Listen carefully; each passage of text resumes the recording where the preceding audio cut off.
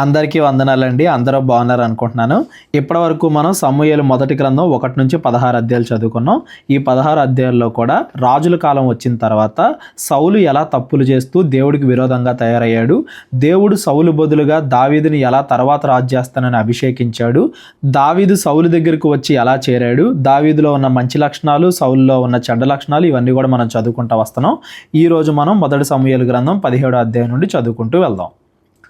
ఫిలిస్తీయులు తమ సైన్యములను యుద్ధమునకు సమకూర్చి యూదా దేశములోని షోకోలో కూడి ఎఫెస్దమీము దగ్గర సోకోకును అజికాకును మధ్యను దిగి ఉండగా సౌలును ఇజ్రాయేలీలను కూడి వచ్చి ఏలా లోయలో దిగి ఫిలిస్తీన్లకు ఎదురుగా యుద్ధ పంక్తులు తీర్చిరి. ఇటువైపు ఏమో ఇజ్రాయేలీలు, అటువైపు ఏమో ఫిలిస్తీన్లు యుద్ధం చేయడానికి రెడీగా ఉన్నారు అని దాని అర్థం.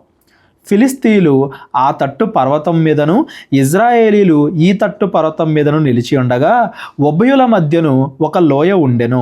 వాళ్ళకి వీళ్ళకి మధ్యలో ఒక పెద్ద లోయ మైదానం ఉంది. అంటే ఏదన్నా వాగు ఎండిపోయింది అన్నట్టుగా ఒక పెద్ద లోయ మైదానం ఉంది. అటువైపు ఏమో ఫిలిస్తీన్లు, ఇటువైపు ఏమో ఇజ్రాయేలీలు ఉన్నారు. గాతు వాడైన గొల్యాతు అను సూర్యుడొకడు ఫిలిస్తీన్ల దండులో నుండి బయలుదేరుచుండెను. ఈ గొల్యాతు అనే పేరు మీరు గుర్తుపెట్టుకోండి. గాతువాడు అతడు 6 మూళ్ల జేనుడు ఎత్తు మనిషి, అంటే సుమారుగా 9 అడుగుల ఎత్తు మనిషి. అతని తల మీద రాగి శిరస్త్రాణం ఉండెను. అతడు యుద్ధ కవచము ధరించుకొని ఉండెను. ఆ కవచము 5,000 తులముల రాగి ఎత్తుగలది. మరియు అతని కాళ్లకు రాగి కవచమును, అతని భుజముల మధ్యను రాగి బల్ల ఒకటి ఉండెను. అతని ఈటె కర్ర నేతగాని దోనె అంత పెద్దది. మరియు అతని ఈటె కొన 600 తులముల ఇనుము ఎత్తుగలది. ఒకడు డాలును మోయిచు అతని ముందర పోవుచుండెను. ఎంత డిస్క్రిప్షన్! ఎంత ఎత్తుగలవాడు, ఎంత భారీ సైనికుడు అని. ఈ గొల్యాతు గురించి ఎందుకు ఇంత వివరణ ఉంది అంటే, ఇతన్ని చూసి ఫిలిస్తీన్లు గర్వపడుతున్నారు అని దాని అర్థం. ఈ గొల్యాతు గురించి మీరు అందరూ కూడా కొన్ని విషయాలు గమనించాలండి. చాలామంది ఏమనుకుంటారంటే, నెఫీలీల గురించి చదువుకున్నాం కదా మనం ఆది కాండంలో, వీళ్ళు బాగా శక్తిమంతులు, మంచి భారీ ఆకారాలు కలిగిన వాళ్ళు అని చెప్పి. గొల్యాతు కూడా అందులో ఒకటి వాడే అంటూ ఉంటారు. నెఫీలీలు అనుకుంటే ప్రాబ్లం లేదు, కానీ ఇక్కడ ప్రాబ్లం ఎక్కడ వస్తుందంటే, గొల్యాతు ఎలా పుట్టాడు అంటే, దేవదూతలు, పరలోకములో ఉన్న దేవదూతలు వచ్చి భూమి మీద మనుషుల్ని పెళ్లి చేసుకునే పిల్లలకు అనటం వల్ల ఈ నెఫీలీలు పుట్టారు అని చెప్తా ఉంటారు కొంతమంది. అది ఖచ్చితంగా తప్పు అని ఇప్పటికే మనం చాలా వీడియోల్లో మాట్లాడుకున్నాం. ఎవరికైనా దీని గురించి డౌట్ ఉంటే డిస్క్రిప్షన్లో నా నెంబర్ ఉంటుంది, కాల్ కానీ వాట్సాప్ కానీ చేయండి. వీళ్ళందరూ కూడా భారీ ఆకారాలు కలిగిన వాళ్ళు, మంచి సైనికులు, మంచి శూరులు. అక్కడ వరకు మనం చెప్పొచ్చు. నెఫీలీలు అని మనం చెప్పొచ్చు. కాకపోతే దేవదూతలు వచ్చి మనుషుల్ని పెళ్లి చేసుకుని పిల్లలకు అన్నారు అనేది మనం చెప్పకూడదు. అది బైబిల్కి పూర్తిగా వ్యతిరేకం. దేవదూతలు పెళ్లిళ్ళు చేసుకోవు, దేవదూతల పిల్లల్ని కనవు. భూమి మీద ఉండే మనుషులందరూ కూడా ఆదాము నుండి వచ్చిన వాళ్లే అనేది మీరు గుర్తుపెట్టుకోండి. ఆ ఆదాము నుండి వచ్చిన మనుషుల్లోనే ఈ గొల్యాతు అనేవాడు భారీ ఆకారం కలిగిన వాడు, 9 అడుగుల ఎత్తు, భారీ ఆకారం. అతన్ని చూసి ఎవరైనా భయపడే ఆకారం కలిగిన వాడు అని దాని అర్థం. ఇతన్ని చూసి ఫిలిస్తీన్లు గర్వపడుతున్నారు, ఇదిగో మా వైపు ఇలాంటి సైనికులు ఉన్నారు అని గర్వపడుతున్నారు అని దాని అర్థం. ఈ గొల్యాతు ఒక్కడే కాదండి, ఈ గొల్యాతుకు మరలా సహోదరులు ఉంటారు, అన్నలో తమ్ముళ్ళో. వాళ్ళు కూడా మంచి వీరులే. వాళ్ళను కూడా ఇజ్రాయేల్ చేత దేవుడు చంపించాడని మనం తర్వాత అధ్యాయంలో చదువుకుంటాం, గుర్తుపెట్టుకోండి. ఈ గొల్యాతు అనే అతడు భారీ ఆకారం కలిగిన వాడు. అతన్ని చూసి ఫిలిస్తీన్లు గర్వపడుతున్నారు. అతను నెఫీలీలు అని చెప్పడంలో తప్పు లేదు. కావాలంటే భారీ ఆకారం కలిగిన వాడు కాబట్టి అలా చెప్పినా చెప్పొచ్చు. అంతేగాని దేవదూతలు మనుషులతో కాపురాలు చేయడం వల్ల పుట్టాడు అని అయితే మనం చెప్పకూడదు. అది బైబిల్కి వ్యతిరేకం. మనుషుల్లోనే భారీ ఆకారాలు కలిగిన మనుషులు, ఆదాము నుండి వచ్చిన జనాల్లోనే భారీ ఆకారం కలిగి యుద్ధం చేయడంలో శూరులు అని మనం అయితే చెప్పొచ్చు. అతను నుంచోబెట్టి ఫిలిస్తీన్లు గర్వపడుతున్నారు. ఏం జరుగుతుంది? అతడు నిలిచి ఇజ్రాయేలీల దండు వారిని పిలిచి యుద్ధ పంతులు తీర్చుటకై మీరెందుకు బయలుదేరి వచ్చితిరి? నేను ఫిలిస్తీయుడను కానా? మీరు సౌలు దాసులు కారా? మీ పక్షముగా ఒకరిని ఏర్పరచుకొని అతన్ని నా యొద్దకు పంపురి. ఇదిగో మనందరం కూడా సైన్యాలు యుద్ధం చేయడం కాదు, మా వైపు ఒక సైనికుడిని పెడతాం గొల్యాతు.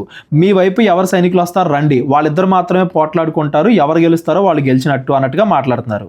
అతడు నాతో పోట్లాడి నన్ను చంపగలిగిన ఎడల మేము మీకు దాసుల మగుదుము. నేను అతన్ని జయించి చంపిన ఎడల మీరు మాకు దాసులై మాకు దాస్యము చేయుదురు. ఈ దినమున నేను ఇజ్రాయేళ్ల సైన్యములను తిరస్కరించుచున్నాను. ఒక్కరిని నియమించిన ఎడల వాడును నేనును పోట్లాడుదుమని ఆ ఫిలిస్తీయుడు చెప్పుతూ వచ్చాను. ఆ గొల్యాతు మాట్లాడుతున్నాడంట, ఇదిగో పోటీ 1-on-1 ఎదురెదురుగా యుద్ధం చేద్దాం, మా ఇద్దరిలో ఎవరైతే గెలుస్తారో ఆ రాజ్యం వాళ్ళు గెలిచినట్టు అన్నట్టుగా అతడు మాట్లాడుతున్నాడు, గర్వంతో మాట్లాడుతున్నాడు అనేది మీరు గమనించాలి. సౌలును ఇజ్రాయెల్ అందరూ ఆ ఫిలిస్తీని మాటలు వినినప్పుడు బహుభీతులైరి. సౌలు కూడా భయపడ్డాడు. సౌలు కూడా మంచి ఆకారం కలిగిన వాడు, ఎత్తు ఆకారం కలిగిన వాడని మనం ముందు అధ్యాయంలో చదువుకున్నాం. అలాంటి సౌలు కూడా భయపడ్డాడు అంటే ఈ గొలియాతు ఆకారం ఎలా ఉంది అనేది మీరు గమనించాలి. అతను చూసి అందరూ భయపడుతున్నారు, అతనితో పోటీ చేయడానికి ఎవరో ముందుకు రావట్లేదు అని దాని అర్థం.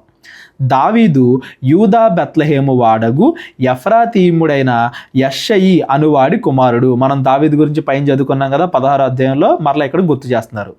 యెషయికి 8 కుమారులు ఉండిరి, అంటే 8 మంది కుమారులు. అతడు సౌలు కాలం మందు జనులలో ముసలివాడై ఉండెను. యెషయి ముసలివాడై ఉన్నాడు. అయితే యెషయి యొక్క 3 పెద్ద కుమారులు యుద్ధమునకు సౌలు వెంట పోయి ఉండిరి. యుద్ధమునకు పోయిన అతని 3 కుమారుల పేర్లు ఏవనగా, జ్యేష్ఠుడు ఎలియాబు, 2వ వాడు అబీనాదాబు, 3వ వాడు షమ్మ. దావీదు కనిష్ఠుడు. పెద్దవారైన 3 సౌలు వెంటను పోయి ఉండిరి గాని దావీదు బెత్లెహేములో తన తండ్రి గొర్రెలను మేపుచు సౌలు నొద్దకు తిరిగిపోవచ్చు వచ్చుచూ ఉండెను.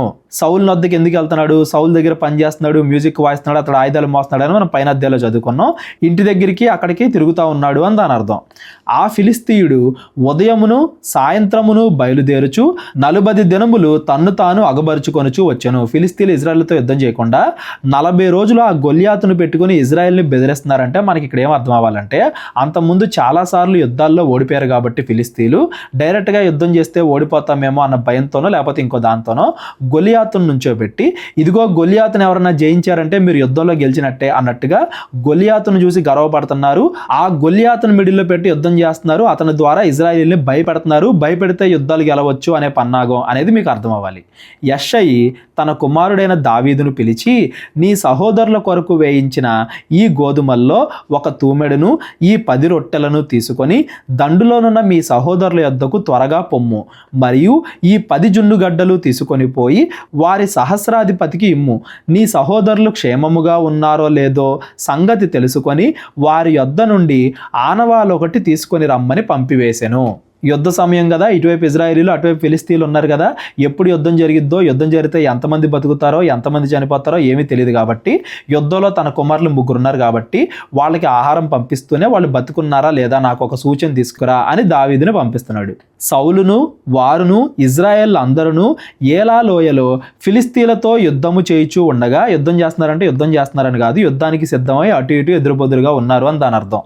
దావీదు ఉదయమున లేచి ఒక కాపరికి గొర్రెలను అప్పగించి ఆ వస్తువులను తీసుకొని యెషయి తనకిచ్చిన ఆజ్ఞ చొప్పున ప్రయాణం అయిన తన తండ్రి చెప్పినట్టుగా వాళ్ళకి ఆహారం ఇవ్వడానికి, యుద్ధ సమాచారం తీసుకురావడానికి బయలుదేరాడు. అప్పట్లో ఫోన్లు ఏం లేవు కదా, ఏం జరుగుతుందో కనుక్కోవడానికి. సో సమాచారం కూడా తీసుకురావడానికి దావీదు బయలుదేరాడు. అయితే అతడు కందకమునకు వచ్చినప్పటికీ వారును వీరును పంక్తులుగా తీరి జయము జయమని అరుచుచు యుద్ధమునకు సాగుచూ ఉండిరి. సైన్యమునకు ఎదురై ఇజ్రాయేలీలను ఫిలిస్తీన్లను యుద్ధ సన్నద్ధులై బయలుదేరుచూ ఉండిరి. యుద్ధం జరగట్లా, కాకపోతే యుద్ధానికి సిద్ధపడుతున్నారు. ఇక కాసేపట్లో యుద్ధం జరుగుద్ది అన్నట్టు. దావీదు తాను తెచ్చిన వస్తువులను సామాగ్రిని కనిపెట్టు వారి వశము చేసి పరిగెత్తుకొని పోయి సైన్యములో చొచ్చి కుశల ప్రశ్నలు తన సహోదరులను అడిగాను. మీరు బాగున్నారా లేదా తండ్రి కనుక్కోమన్నాడని చెప్పేసి వాళ్ళ బాగోగులు కనుక్కున్నాడు. అతడు వారితో మాట్లాడుచుండగా గాతు ఫిలిస్తీయుడైన గొల్యాతు అను సూర్యుడు ఫిలిస్తీన్ల సైన్యములో నుండి వచ్చి పై చెప్పిన మాటల చొప్పున పలుకగా దావీదు వినెను. అంతకుముందు రోజు ఏదైతే చెప్తున్నాడో అదే ఈ రోజు కూడా పలికాడు. కాకపోతే ఈ రోజు ఆ మాటలు దావీదు విన్నాడు. ఇజ్రాయెల్ అందరూ ఆ మనిషిని చూసి మిక్కిలి భయపడి వాని ఎదుట నుండి పారిపోగా, అంటే అతడితో యుద్ధం చేయడానికి ఎవరో కూడా ధైర్యం చూపించట్లా, పారిపోతున్నారు. ఇజ్రాయేలీల్లో ఒకడు వచ్చుచున్న ఆ మనిషిని చూచితిరే, నిజముగా ఇజ్రాయేలీలను తిరస్కరించుటకై వాడు బయలుదేరుచున్నాడు. వానిని చంపిన వానికి రాజు బహుగా ఐశ్వర్యము కలుగజేసి తన కుమార్తెనిచ్చి పెండ్లి చేసి వాని తండ్రి ఇంటి వారిని ఇజ్రాయేలీల్లో స్వతంత్రులుగా చేయును అనగా, అప్పటికే సౌలు ఏం చేశాడంట, తాను జయించడానికి ధైర్యం లేకపోయినా కానీ ఇజ్రాయేలీల్లో ఎవరన్నా ఆ మనుషుని జయిస్తే వాళ్ళకి బాగా డబ్బిస్తాను, నా కూతురునిచ్చి పెళ్లి చేస్తాను, ఇజ్రాయేలీలో గొప్ప చేస్తాను అని ఇన్ని అవకాశాలు ఇచ్చినా, ఇన్ని ఆఫర్స్ పెట్టినా కానీ ఎవరో కూడా ఆ గొలియాత్తో యుద్ధం చేయడానికి ముందుకు రాలేదు అని దాని అర్థం. సౌలు కూడా భయపడుతున్నాడు అని దాని అర్థం. దావీదు జీవము గల దేవుని సైన్యములను తిరస్కరించుటకు ఈ సున్నతి లేని ఫిలిస్తీయుడు ఎంతటివాడు, వాణ్ణి చంపి ఇజ్రాయేలీల్లో నుండి ఈ నింద తొలగించిన వానికి బహుమతి ఏమని తన యొద్ద నిలిచిన వారిని అడగగా, జనులు వానిని చంపిన వానికి ఇట్లిట్లు చేయబడునని అతనికి ఉత్తరం ఇచ్చిరి. దావీదుకు చూడగానే కోపం వచ్చింది, ఆ ఫిలిస్తీయుని చూడగానే. మన దేవుడిని నిందిస్తున్నాడు ఏంటి, ఇజ్రాయెల్ దేవుడిని నిందిస్తున్నాడు ఏంటి, ఇజ్రాయెల్ని తిరస్కరిస్తున్నాడు ఏంటి, ఈ సున్నతి లేని ఫిలిస్తీయుడు ఎంత, ఇతన్ని ఓడించడం కూడా పెద్ద గొప్ప విషయమా, ఇతన్ని ఓడిస్తే రాజు ఏమిస్తాడు అని చెప్పి వాళ్ళని అడగగా వాళ్ళేమో ఇదిగో పైన చెప్పిన అని కూడా చెప్పారు. ఇదిగో తన కూతురునిచ్చి పెళ్లి చేస్తాడంట, ఇంత ఆస్తి ఇస్తాడంట అని మొత్తం అంతా కూడా జరిగిందంతా చెప్పారు. అతడు వారితో మాట్లాడునది అతని పెద్దన్నయ్యగు ఎలియాబునకు వినపడగా, దావీదు ఇలా కనుక్కుంటున్నాడు, అతడితో యుద్ధం చేయడానికి, గొలియాతుతో యుద్ధం చేయడానికి సిద్ధపడుతున్నాడు అని అతని పెద్దన్నయ్యని ఎలియాబుకు తెలిసింది. ఎలియాబునకు దావీదు మీద కోపము వచ్చి అతనితో, నీవిక్కడికి ఎందుకు వచ్చితివి, అరణ్యములోని ఆ చిన్న గొర్రె మందను ఎవరి వశము చేసితివి, నీ గర్వమును నీ హృదయపు చెడుతనమును నేను ఎరుగుదును, యుద్ధము చూచుటకే కదా నీవు వచ్చితివి అనెను. గర్వము అంటున్నాడంటే చిన్నప్పటి నుండి కూడా దావీదు భయం లేనివాడు, దేనికైనా కానీ దేవుడి పైన ఆధారపడేవాడు అని దాని అర్థం. అయితే దాన్ని అర్థం చేసుకోలేకపోయాడు ఎలియాబు. తన సొంత ఇంటి వారే దావీదుని అర్థం చేసుకోవట్లేదని మనం పైనుండి కూడా చదువుకుంటానే వస్తున్నాం. సమూయేలు అభిషేకించడానికి వచ్చినప్పుడు కూడా దావీదుని పిలవడు యెషై, అంటే తన సొంత ఇంటి వారే తను అర్థం చేసుకోవట్లేదు, అయినా కానీ దావీదుకి దేవుడి మీద నమ్మకం ఉంది, విశ్వాసం ఉంది అనేది మనకు అర్థం అవ్వాలి. అందుకు దావీదు, నేనేమి చేసి తిని, మాట మాత్రము పలికి తిని, నేను విషయం కనుక్కుంటున్నాను నేనేం చేశాను అని చెప్పి అతడి యొద్ద నుండి తొలగి తిరిగి మరి ఒకరిని ఆ ప్రకారమే అడగగా, జనులు వానికి అదే ప్రకారము ప్రత్యుత్తరం ఇచ్చిరి. ఇదిగో సౌలు ఇది చేస్తా అన్నాడు, ఈ గొలియాతును ఓడిస్తే అని చెప్పేసి వాళ్ళందరూ కూడా చెప్పారు. దావీదు చెప్పిన మాటలు నలుగురికి తెలియగా జనులు ఆ సంగతి సౌలుతో తెలియజెప్పిరి గనుక అతడు దావీదును పిలువనంపెను. ఇదిగో నేను యుద్ధం చేస్తాను, నేను రాజిచ్చిన బహుమతి తీసుకుంటాను, ఈ ఫిలిస్తీయుడు ఎంత, దేవుడు ఎవరినైనా ఓడించగలడా అని చెప్పి దావీదు అందరితో కూడా చెప్తున్నాడు. ఈ విషయం అటు ఇటు పడి సౌలుకు తెలిసింది. అప్పుడు సౌలు కూడా దావీదుని పిలిపించి అడుగుతున్నాడు, ఏమని, ఈ ఫిలిస్తీయుని బట్టి ఎవరి మనస్సును కొంగ నిమిత్తము లేదు, మీ దాసుడనైన నేను వానితో పోట్లాడుదునని దావీదు సౌలుతో అనగా, ఇదిగో ఈ ఫిలిస్తీయుని చూసి భయపడాలా, నేను అతన్ని ఓడిస్తాను, నేను అతనితో యుద్ధం చేస్తాను అని చెప్పేసి దావీదు సౌలుని అడిగాడు. సౌలు, ఈ ఫిలిస్తీయుని ఎదుర్కొని వానితో పోట్లాడుటకు నీకు బలము చాలదు, నీవు బాలుడవు, వాడు బాల్యము నుండి యుద్ధాభ్యాసము చేసిన వాడని దావీదుతో అనెను. నువ్వింకా బాలుడివే, వాడేమో చిన్నప్పటి నుండి యుద్ధ విద్యలు నేర్చుకున్నవాడు, నువ్వు అతన్ని గెలవలేవు, అతని ఆకారం చూసావా అని చెప్పేసి సౌలు మాట్లాడాడు దావీదుతో. అప్పుడు దావీదు ఏమంటున్నాడు, అందుకు దావీదు సౌలుతో ఇట్లనెను, మీ దాసుడనైన నేను నా తండ్రి యొక్క గొర్రెలను కాయిచుండ సింహమును ఎలుగుబంటియు వచ్చి మందలో నుండి ఒక గొర్రె పిల్లను ఎత్తుకొని పోవుచుండగా నేను దాన్ని తరిమి చంపి దాని నోట నుండి ఆ గొర్రెను విడిపించి తిని, అది నా మీదికి రాగా దాని గడ్డము పట్టుకొని దాన్ని కొట్టి చంపి తిని. దావీదు జీవితంలో ప్రతిదీ కూడా మనకేదో ఫ్లాష్ బ్యాక్ లాగా తెలుస్తుంది చూడండి. మొదట్లో సమూయేలు దావీదుని అభిషేకించాడు అని మాత్రమే మనం చదువుకున్నాం. ఆ తర్వాత దావీదు మ్యూజిక్ ఇష్టపడతాడు, పాటలు రాస్తాడు, పాటలు పాడతాడు, ఆదరణ కలగజేస్తాడు, ఇవన్నీ మనం చదువుకున్నాం. యుద్ధాశక్తి గలవాడని మనం చదువుకున్నాం. ఇప్పుడేమో అతడు గొర్రెలు కాసేటప్పుడు ఒక సింహాన్ని చంపాడు, ఒక ఎలుగుబంటిని చంపాడని మనం చదువుకుంటున్నాం. బాలుడు, ఇంకా టీనేజ్ 12 నుండి 17 సంవత్సరాలు ఉండే ఆ బాలుడు ఒక సింహాన్ని చంపాడు అంటే, ఒక ఎలుగుబంటిని చంపాడు అంటే, కేవలం చంపడం మాత్రమే కాదు, దాన్ని తరిమి చంపి అంటున్నాడు చూడండి. దాని గడ్డం పట్టుకుని దాన్ని కొట్టి చంపితిని అంటే దావీదు భయం లేనివాడు, దేవుడి పైన ఆధారపడేవాడు. ఒక గొర్రె పిల్లను రక్షించడానికే దావీదు ఎంతగా ప్రయత్నించినప్పుడు ఇజ్రాయేలీల దేవుణ్ణి తిడతంటే ఫిలిస్తీయుడు, దావీదు ఎందుకని ఊరికే ఉంటాడు, ఏదో ఒకటి చేసి ఆ ఫిలిస్తీని ఓడించాలి అనుకుంటాడు కదా. ఇదిగో గొర్రె పిల్ల మీద అటాక్ చేస్తేనే నేను సింహాన్ని ఎలుగుబంటిని చంపానే, దేవుడు నా ద్వారా చంపించాడే, ఈ ఫిలిస్తీన్తో నేను యుద్ధం చేయలేనా అని దావీదు సౌలుతో మాట్లాడుతున్నాడు.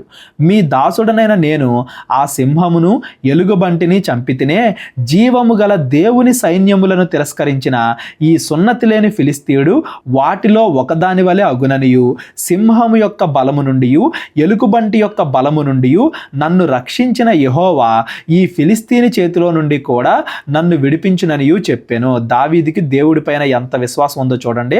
తన ప్రాణాన్ని దేవుడికి ఎంతగా అప్పగిస్తున్నాడు చూడండి. దేవుడి పైన ఎంతగా ఆధారపడ్డాడు కాబట్టే దావీదుని దేవుడు రాజుగా ఎంచుకున్నాడు. నేను నిన్నటి వీడియోలో కూడా చెప్పా, ఈ పుస్తకం మొత్తం కూడా దేవుడు ఎందుకని దావీదుని ఎంచుకున్నాడు, ఎందుకని సౌలు సౌలును వద్దన్నాడు. ఈ విషయాలే మనం చదువుకుంటాం, అనేక ఉదాహరణలు చదువుకుంటాం అని మనం చదువుకుంటూ వస్తున్నాం కదా.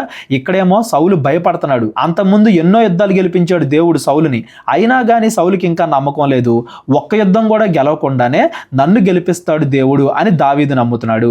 దావీదుకి దేవుడి పైన ఎంత నమ్మకం ఉంది కాబట్టే దేవుడు దావీదుని ఎంచుకున్నాడు అని మనకు అర్థం అవ్వాలి. అందుకు సౌలు, పొమ్ము, యెహోవా నీకు తోడయ్యుండునుగాక అని దావీదుతో అనెను. దావీదు మాట్లాడిన ఈ మాటలకే సరే వెళ్ళు, యెహోవా నీకు తోడయ్యుండునుగాక అనెను. అంటే దావీదు ఎలా చెప్పుంటాడో, ఎంత వీరత్వంతో చెప్పుంటాడో మీరు ఒకసారి ఆలోచించండి. దావీదు దేవుడి అనుగ్రహం పొందినవాడు, యెహోవా అతనికి తోడుగా ఉన్నాడని కూడా మనం చదువుకున్నాం. వీళ్ళందరూ కూడా గుర్తించారు దావీదుకి దేవుడు తోడున్నాడు అని చెప్పేసి. అతడు మాట్లాడిన మాటల ద్వారా, అతడు పాడిన పాటల ద్వారా, ఇప్పుడేమో సింహాన్ని గెలిచాను, ఎలుగుబంటిని గెలిచాను అతను చెప్పిన మాటల ద్వారా వాళ్ళకి పూర్తిగా నమ్మకం లేకపోయినా వేరే ఆల్టర్నేటివ్ ఏం లేదు కదా, ఇంకెవరో యుద్ధం చేయడానికి రావట్లేదు కదా గొలియాత్తో, సర్లే ఏం జరిగిద్దో చూద్దాం, ఇతడు ముందుకు వెళ్తున్నాడు కదా, దేవుడు అతనికి తోడై ఉన్నాడని చెప్తున్నాడు కదా అని చెప్పేసి పంపించాడు. ఏం జరిగిద్దో చూద్దామని వాళ్ళు కూడా ఎదురు చూస్తున్నారు. పూర్తిగా నమ్మకం లేకపోయినా దావీదు అడిగాడు కాబట్టి దావీదుని పంపిస్తున్నారు అందని అర్థం. పిమ్మట సౌలు తన యుద్ధ వస్త్రములను దావీదుకు ధరింపజేసి రాగి శిరస్త్రాణం ఒకటి అతనికి కట్టి యుద్ధ కవచము తొడిగించెను. ఈ సామాగ్రి దావీదునకు వాడుక లేదు గనుక తాను తొడిగిన వాటిపైన కత్తి పట్టుకొని వెళ్ళగలిగినది లేనిది చూసుకున్న తరువాత దావీదు, ఇవి నాకు వాడుక లేదు, వీటితో నేను వెళ్ళలేనని సౌలుతో చెప్పి వాటిని తీసివేసి, దావీదు చిన్నపిల్లవాడు కదా, దావీదు ఇంకా చిన్నగానే ఉన్నాడు కదా, సౌలు ఆకారం ఏమో పెద్దదే, సౌలు యొక్క యుద్ధ వస్త్రాలు దావీదుకి పట్టట్లేదు, అదొక కారణం. ఇంకోటి దావీదుకి వాటితో అలవాట్లేదు, వాటితో ఎప్పుడు కూడా యుద్ధం చేయలేదు కాబట్టి అవేవి నాకు అలవాట్లేవు, నా దేవుడు నన్ను గెలిపిస్తాడులే అనే నమ్మకంతో ఆ యుద్ధ వస్త్రాలు ఏవి కూడా ధరించుకోకుండానే వెళ్తున్నాడు అందని అర్థం. తన కర్ర చేత పట్టుకొని ఏటి లోయలో నుండి 5 నున్నటి రాళ్లను ఏరుకొని తన యొద్దనున్న చిక్కములో నుంచుకొని వడిసెల చేత పట్టుకొని ఆ ఫిలిస్తీని చేరునకు పోయెను. వడిసెల అంటే మన దగ్గర క్యాట్బెల్స్ ఎలా ఉంటాయి కదా, అట్లాంటిది అనమాట. రాయి పెట్టి ఇసిరేది, గొర్రెల మేపేటప్పుడు చుట్టుపక్కల ఏమన్నా వచ్చినా కానీ రాయి పెట్టి వాటిని కొడటానికి, వేటాడడానికి అది ఉపయోగపడిద్ది అనమాట. అది బాగా అలవాటు ఉంది దావీదికి. అందుకని 5 మంచి నున్నటి రాళ్ళు తీసుకుని ఆ వడిసెలు తీసుకుని యుద్ధం చేయడానికి వెళ్తున్నాడు. కత్తి, ఈట, యుద్ధ ఆభరణాలు ఏమి ధరించుకోకుండా ఆ వడిసెల తీసుకుని వెళ్తున్నాడు యుద్ధం చేయడానికి. అంటే దావీదు వాటితోనే, రాళ్లతోనే దేవుడు గెలిపిస్తాడని ఎంతగా దేవుడిని నమ్మాడా అనేది మనకు అర్థం అవ్వాలి. కొన్నిసార్లు ఇది మనకి పిచ్చిగా దావీదు అంత తెలియక వెళ్తున్నాడేమో అని మనం అనుకోవచ్చు, కానీ అంత ముందు దావీదు సింహాన్ని జయించాడు, ఎలుగుబంటిని జయించాడు అంటే దావీదుకి నమ్మకం ఉంది దేవుడు తనకి తోడుంటాడు అని. తను మంచి ఉద్దేశంతో వెళ్ళిన ప్రతిసారి దేవుడు అతన్ని గెలిపించాడు కాబట్టి దావీదు మాత్రం పూర్తిగా దేవుడి మీద నమ్మకంతో ఉన్నాడు అని దీని అర్థం.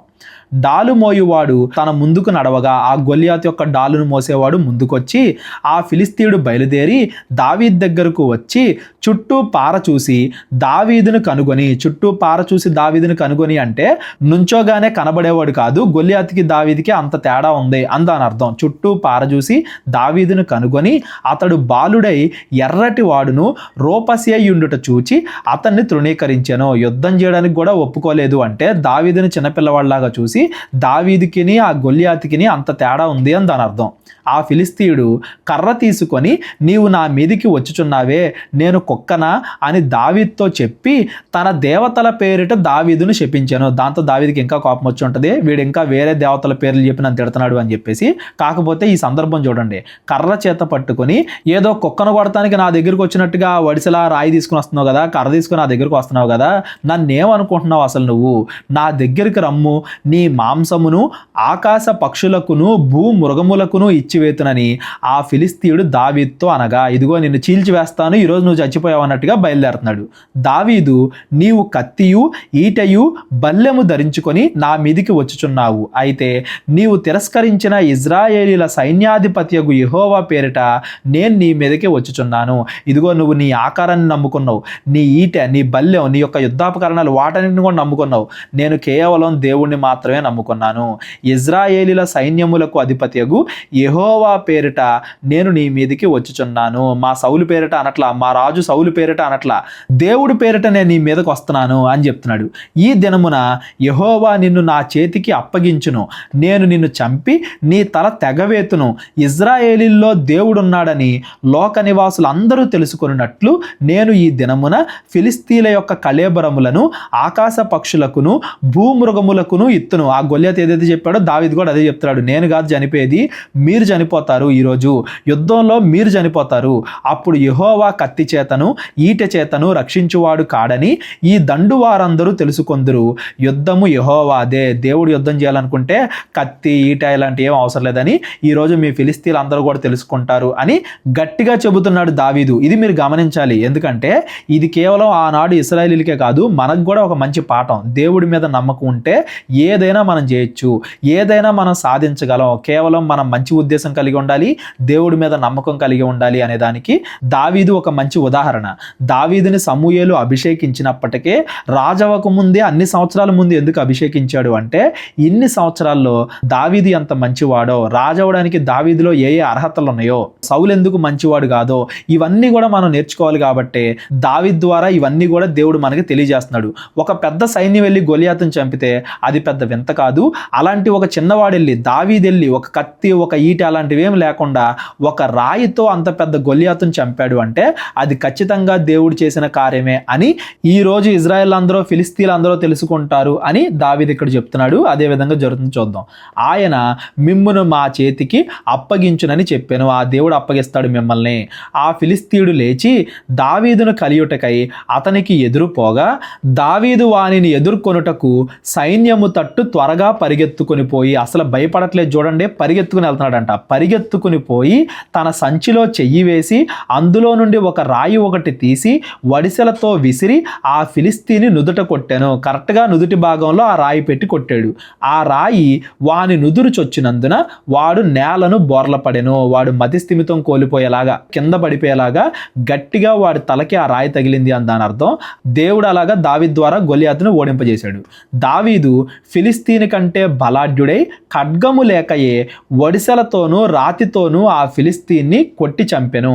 వాడు బోర్లా పడగా దావీదు పరిగెత్తుకుని పోయి ఫిలిస్తీని మీద నిలుచుండి వాని కత్తి వరదూసి దానితో వాని చంపి వాని తలను తెగవేసెను. ఫిలిస్తీన్లు తమ సూర్యుడు చచ్చుట చూచి పారిపోయేరి. ఆ దెబ్బతో ఫిలిస్తీన్లు అందరూ కూడా పారిపోయారు. వాళ్ళల్లో ఉన్న ముఖ్య సైనికుడు చచ్చిపోయేసరికి వాళ్ళందరూ కూడా పారిపోయారు. దావీదు వాడి తలను నరికివేశాడు. ఈ సందర్భం ఎప్పుడు కూడా గుర్తుపెట్టుకోవాలండి. మన ముందుండే కష్టం ఎంత పెద్దదైనా కానీ మనం దేవుడి మీద విశ్వాసంతో ఉంటే దాన్ని జయించేలాగా దేవుడు మనల్ని నడిపిస్తాడు. ఎవరు ఎంతమంది ఎన్ని రకాల మాటలు మాట్లాడినా కానీ కేవలం దేవుడు మనకి తోడుంటే మనం ఏదైనా చేయగలం అనడానికి ఈ దావీదు సందర్భం ఒక మంచి ఉదాహరణ. గొల్యాతు అనే ఒక వ్యక్తి రావడం వల్ల సౌలులో ఉన్న భయం మనకు తెలుస్తుంది, దావీదులో ఉన్న ధైర్యం మనకు తెలుస్తుంది. సౌలుకి దేవుడి మీద నమ్మకం లేదని, దావీదికి దేవుడి మీద నమ్మకం ఉందని ఈ విషయాలు మనకు తెలుస్తున్నాయి. అలాగే మన జీవితంలో పెద్ద సమస్యలు వచ్చినప్పుడు మనకి నిజంగా దేవుడి మీద విశ్వాసం ఉందా లేదా అనేది బయటపడిద్ది. మనం దేవుడి మీద విశ్వాసం లేని వారం అయితే పాపం చేస్తాం, దేవుడి మీద విశ్వాసం కలిగిన వారం అయితే ధైర్యంగా దాన్ని ఎదుర్కొంటాం. ఎదుర్కోవడం మాత్రమే కాదు, జయిస్తాం అనేది ఈ దావీదు గొలియాతు సందర్భం ద్వారా మనందరం కూడా నేర్చుకోవాలి. అప్పుడు ఇజ్రాయేలు వారును యూదా వారును లేచి జయము జయమని అరచుచు లోయ వరకును షరాయిము ఎక్రోను వరకును ఫిలిస్తీన్లను తరమగా ఫిలిస్తీన్లు హతులై షరాయిము ఎక్రోను మార్గమున గాతు ఎక్రోను అనే పట్టణముల వరకు కూలిరి. ఈ దావీదును చూసి మిగతా వాళ్ళందరూ కూడా ధైర్యం తెచ్చుకున్నారు. వాళ్ళు కూడా యుద్ధం చేశారు. ఫిలిస్తీన్లు పారిపోయారు, కొంతమంది చచ్చిపోయారు, వాళ్ళని తరిమి చంపారు అని దాని అర్థం. అలా దేవుడు ఇజ్రాయేల్ని గెలిపించాడు. అప్పుడు ఇజ్రాయేలీలు ఫిలిస్తీన్లను తరుముట మాని తిరిగి వచ్చి వారి డేరాలను దోచుకొనిరి. ఇంకా వాళ్ళు డేరాలు కూడా వదిలిపెట్టి పారిపోయారని దాని అర్థం.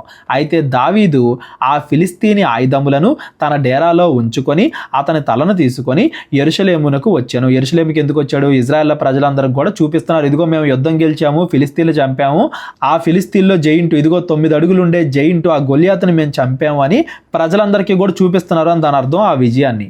సౌలు దావీదు ఫిలిస్తీనికి ఎదురుగా పోవుట చూచినప్పుడు, అంటే యుద్ధానికి వెళ్ళక ముందు తన సైన్యాధిపతి అయిన అబ్నేరును పిలిచి, అబ్నేరు ఈ యవ్వనుడు ఎవని కుమారుడు అని అడగగా అబ్నేరు, రాజా నీ ప్రాణము తోడు నాకు తెలియదు అనెను. చాలా మందికి ఇది సందేహం వస్తుంది, సౌలుకు ముందే తెలుసు కదా దావీదు ఎవరో, దావీదు తండ్రి ఎవరో అని చెప్పి, మరేంటి ఇక్కడ మళ్ళీ అడుగుతున్నాడు అంటే, ఇదిగో యుద్ధం చేయడానికి వెళ్తున్నాడు, వీళ్ళ ఫ్యామిలీలో ఎవరో యుద్ధం చేసేవాళ్ళు లేరు కదా, నిజంగానే దావీదు యెషై కుమారుడేనా? యెషై కుమారుడైతే ఇంత విశ్వాసం దేవుడి మీద ఎలా వచ్చింది? ఎలాగ యుద్ధం చేయడానికి ధైర్యంగా వెళ్తున్నాడు అని ఆశ్చర్యపడ్డాడు సౌలు అని దాని అర్థం. అందుకు రాజు, ఈ పడుచువాడు ఎవని కుమారుడో అడిగి తెలుసుకోమని అతనికి ఆజ్ఞ ఇచ్చాను. ఇతను నిజంగానే యెషై కుమారుడేనా ఏంటా పూర్తిగా కనుక్కో, ఇంత ధైర్యం ఇక్కడికి ఎలా వచ్చింది అని చెప్పేసి కనుక్కోమని అబ్నేరుకు చెప్తున్నాడు. దావీదు ఫిలిస్తీని చంపి తిరిగి వచ్చినప్పుడు అబ్నేరు అతన్ని పిలుచుకొని పోయి ఫిలిస్తీని తల చేతనుండగా అతన్ని సౌలు దగ్గరకు తోడుకొని వచ్చెను. సౌలు అతన్ని చూసి, చిన్నవాడా, నీవు ఎవని కుమారుడు అని అడగ్గా దావీదు, నేను బెత్లెహేమీయుడైన యెషయి అను నీ దాసుని కుమారుడని ప్రత్యుత్తరం ఇచ్చాను. ఇదిగో నేను యెషయి కుమారుడినే, నా కుటుంబంలో ఏం ప్రత్యేకత లేదు, నేను దేవుడి మీద నమ్మకంతో ఇదంతా కూడా చేశాను అన్నట్టుగా దావీదు మాట్లాడుతున్నాడు. ఈ సందర్భం మనకి ఎలా కనబడుతుందంటే, యేసుక్రీస్తు వారు కూడా బోధించడం చూసి, ఆయన అన్ని అద్భుత కార్యాలు చేయడం చూసి, ఈయన నిజంగానే వడ్లవాని కుమారుడేనా, ఈయన సహోదరులందరూ మన మధ్య ఉన్నారు కదా అని ఆ కాలంలో ప్రజలలో అయితే ఆశ్చర్యపోయారో, ఇక్కడ కూడా సౌలు దావీదుని చూసి ఆశ్చర్యపోతున్నాడు. నిజంగానే యెషయి కుమారుడేనా, ఇంత ధైర్యం, ఇంత భక్తి, ఇంత తెగింపు ఇవన్నీ కూడా ఎలా వచ్చేసి అని చెప్పి సౌలు దావీదుని చూసి ఆశ్చర్యపడుతున్నాడు అని దాని అర్థం. మనం మిగతా అధ్యాయాలు కూడా చదువుకోవచ్చు, కానీ అక్కడ నుండి మళ్ళీ దావీదు పెద్ద అయిన తర్వాత ఏం జరిగింది అని కొంచెం తర్వాతకి వెళ్ళిపోద్ది. ఈరోజు ఈ ఒక్క సందర్భాన్ని, దావీదు గొలియాతు సందర్భాన్ని మాత్రం మనం చదువుకుని ఆపేసుకుందాం. 18వ అధ్యాయం నుండి రేపొద్దున మనం చదువుకుందాం. ఈరోజు దావీదు గొలియాతు సందర్భం ద్వారా మనం అందరం అర్థం చేసుకోవాల్సింది ఏంటంటే, మనం దేవుడి మీద విశ్వాసంతో ముందడిగేస్తే దేవుడు ఎంత పెద్ద సమస్యనైనా మన నుండి దూరం చేస్తాడు. మనం పాపంలో పడిపోకూడదు, దేవుడి మీద విశ్వాసాన్ని కలిగి ఉండాలి. ఈ రెండే మనలో ఉంటే దేవుడు ఎంత గొప్పగా మనల్ని హెచ్చిస్తాడు అనేది మనం గుర్తుపెట్టుకోవాలి. దావీదు కూడా డైరెక్ట్గా గొలియాతుని చంపట్లా. ముందుగా గొర్రెపిల్లని చంపడానికి వచ్చిన సింహంతో ఎలుగుబంటితో యుద్ధం చేశాడు. అరే గొర్రెపిల్లే కదా, చచ్చిపోతే చచ్చిపోయిందని సింహానికి ఎలుగుబంటికి భయపడలా. దేవుడు ఖచ్చితంగా గెలిపిస్తాడు అని ఆ గొర్రెపిల్లను కాపాడుకోవడానికి దావీదు చేసిన ప్రయత్నం దేవుడి మీద విశ్వాసాన్ని పెంచింది. దేవుడు ప్రతి చిన్న విషయంలోనూ కూడా మనకు తోడుంటాడు. చిన్న విషయాల్లో మన విశ్వాసాన్ని మనం నిలబెట్టుకుంటే వెళ్ళే కొద్దీ దేవుడు గొప్ప గొప్ప కార్యాలు మన జీవితంలో కలిగిస్తాడు. కొద్ది విషయాల్లో మనం దేవుడి మీద విశ్వాసాన్ని చూపించలేకపోతే ఎక్కువ విషయాల్లో దేవుడి మీద ఎలా విశ్వాసాన్ని చూపించగలం? చిన్న చిన్న విషయాల్లో మనం దేవుడి ఆజ్ఞలను పాటించకపోతే పెద్ద పెద్ద విషయాల్లో మనం దేవుడి ఆజ్ఞలు ఎలా పాటించగలుగుతాం? ప్రతి సందర్భంలో ఎప్పుడైనా కానీ మనం తప్పు చేయకుండా దేవుడి మీద ఆధారపడితే దేవుడు ఎప్పుడూ కూడా మనల్ని గెలిపిస్తానే ఉంటాడు అనే విషయాన్ని ఈ సమూయేలు 17వ అధ్యాయం ద్వారా మనం నేర్చుకోవాలి. ఇంకా దావీదు నుండి మనం ఏమేమి నేర్చుకోవాలి, దేవుడు దావీదుని ఎందుకు ఎంచుకున్నాడు, సౌలుని ఎందుకు వద్దన్నాడు, ఈ విషయాలన్నీ కూడా మనం చదువుకుంటూ వెళ్దాం. 18వ అధ్యాయం నుండి రేపొద్దున మనం చదువుకుందాం. 17వ అధ్యాయంలో ఎవరికైనా డౌట్లు ఉన్నట్లయితే డిస్క్రిప్షన్లో నా నెంబర్ ఉంటుంది, కాల్ కానీ వాట్సాప్ కానీ చేయండి. అందరికీ వందనాలు. దేవుడు మిమ్మల్ని అందరినీ కూడా దీవించి ఆశీర్వదించునుగాక. మా పరిచర్య కోసం ప్రార్థించండి. ప్రేరేపణ కలిగిన వాళ్ళు మా పరిచర్యకు మీ కానుకల ద్వారా సహకరించండి. అందరికీ వందనాలు. అందరికీ వందనాలండి. కేవలం 30 వీడియోస్లో బైబిల్ నేర్చుకోండి అనే ఎంతో విలువైన ఈ కోర్స్ జస్ట్ ₹1 మీకు కావాలి అంటే మీ పేరు, మీ ఊరు ఈ నెంబర్కి వాట్సాప్ చేయండి. ఈ కోర్సులో ఏ విషయాలు ఉంటాయో ముందుగానే తెలుసుకోవడానికి ఈ వీడియో పాస్ చేసి టాపిక్స్ అన్నీ చదువుకోండి. క్రైస్తవులందరూ ఈ బైబిల్ కోర్స్ వినాలి అని మేము కోరుకుంటున్నాం. అందరినీ దేవుడు దీవించునుగాక. ఆమెన్.